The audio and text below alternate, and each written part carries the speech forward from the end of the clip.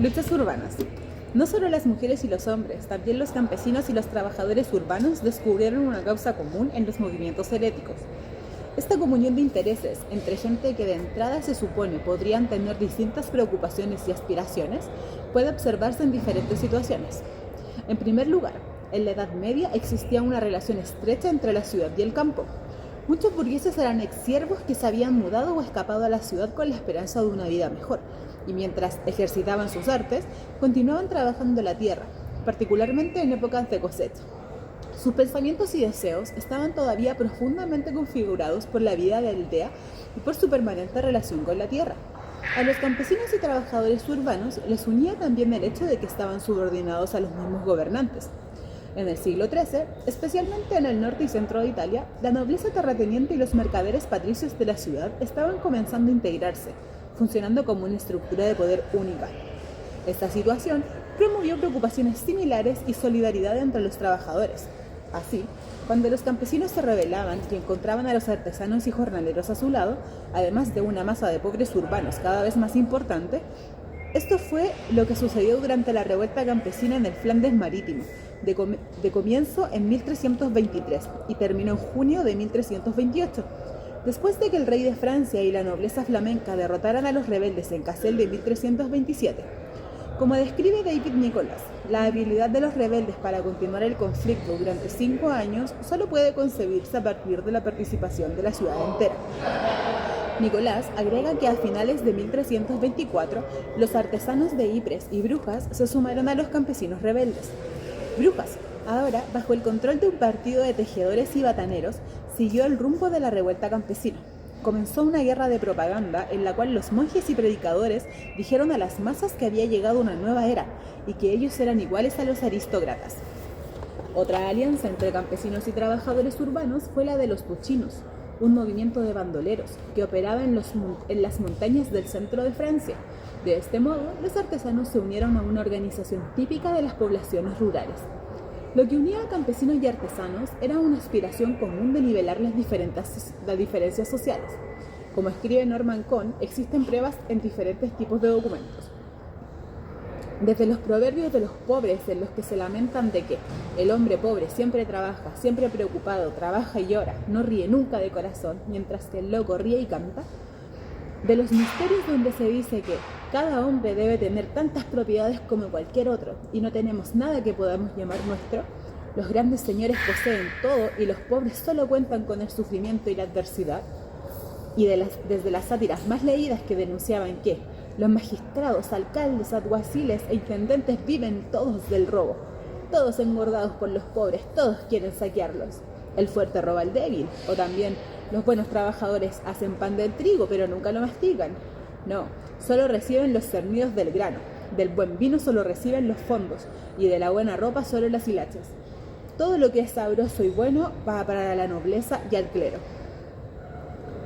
Estas quejas muestran cuán profundo era el resentimiento popular contra las desigualdades que existían entre pajarracos y pajaritos, los gordos y los flacos, como se llamaba a la gente rica y a la gente pobre en el modismo político florentino del siglo XIV. Nada andará bien en Inglaterra hasta que todos seamos de la misma condición, proclamaba John Ball durante su campaña para organizar el levantamiento campesino inglés en 1381. Como hemos visto, las principales expresiones de esta aspiración a una sociedad más igualitaria eran la exaltación de la pobreza y el comunismo de los bienes, pero la afirmación de una perspectiva igualitaria también se reflejaba en una nueva actitud hacia el trabajo, más evidente entre las sectas herejes. Por una parte, existe una estrategia de rechazo al trabajo, como la propia de los valdeneses franceses, los pobres de Lyon y los miembros de algunas órdenes conventuales, franciscanos espirituales, que en el deseo de liberarse de las preocupaciones mundanas dependían de las limosnas y del apoyo de la comunidad para sobrevivir. Por otra parte, existe una nueva valorización del trabajo, en particular del trabajo manual, que alcanzó su formulación más consciente en la de la propaganda de los lolordanos ingleses, quienes recordaban a sus seguidores: los nobles tienen casas hermosas, nosotros solo tenemos trabajo y penurias, pero todo lo que existe proviene de nuestro trabajo. Sin lugar a dudas, recurrir al valor del trabajo, una novedad en una sociedad dominada por la clase militar, Funcionaba principalmente como un recordatorio de la arbitrariedad del poder feudal, pero esta nueva conciencia demuestra la emergencia de nuevas fuerzas sociales que jugaron un papel crucial en el desmoronamiento del sistema feudal.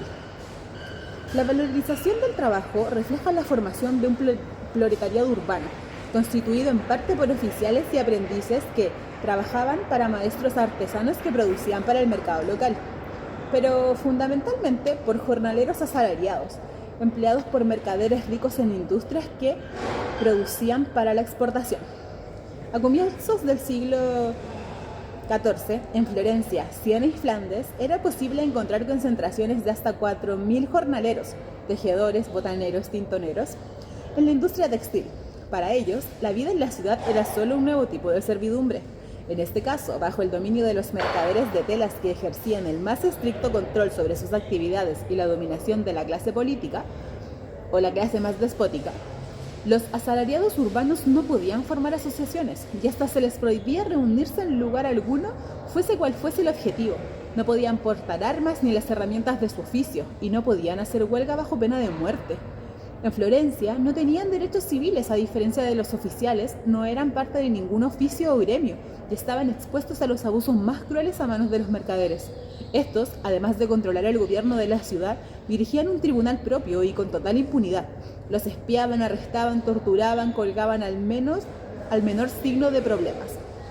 Es entre estos trabajadores donde encontramos las formas más radicales de protesta social y una mayor aceptación de las ideas heréticas. Durante el siglo XIV, particularmente en Flandes, los trabajadores textiles estuvieron involucrados en constantes rebeliones contra el obispo, la nobleza, los mercaderes e incluso los principales gremios. En Brujas, cuando en 1378 los oficios más importantes se hicieron poderosos, los trabajadores de la lana continuaron la sublevación en su contra.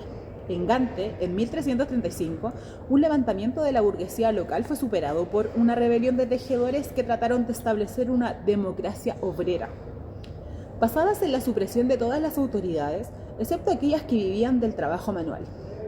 Derrotados por una coalición imponente de fuerzas que incluía al príncipe, la nobleza, el clero y la burguesía, los tejedores volvieron a intentarlo en 1378 y esta vez tuvieron éxito, instituyendo lo que, tal vez con cierta exageración, ha dado en llamarse la primera dictadura del proletariado, conocida en la historia. Según Peter Boissonade, su objetivo era alzar a los trabajadores cualificados contra sus patrones, a los asalariados en contra de los grandes empresarios, a los campesinos en contra de los señores y el clero. Se decía que pensaban exterminar la clase burguesa en su conjunto, con la excepción de los niños de 6 años, y que proyectaban hacer lo mismo con la nobleza. Solo a través de una batalla a campo abierto que tuvo lugar en Rosebeke en 1382 y en la que 26.000 de ellos perdieron la vida, fueron finalmente derrotados. Los acontecimientos que tuvieron lugar en Brujas y Gante no fueron casos aislados.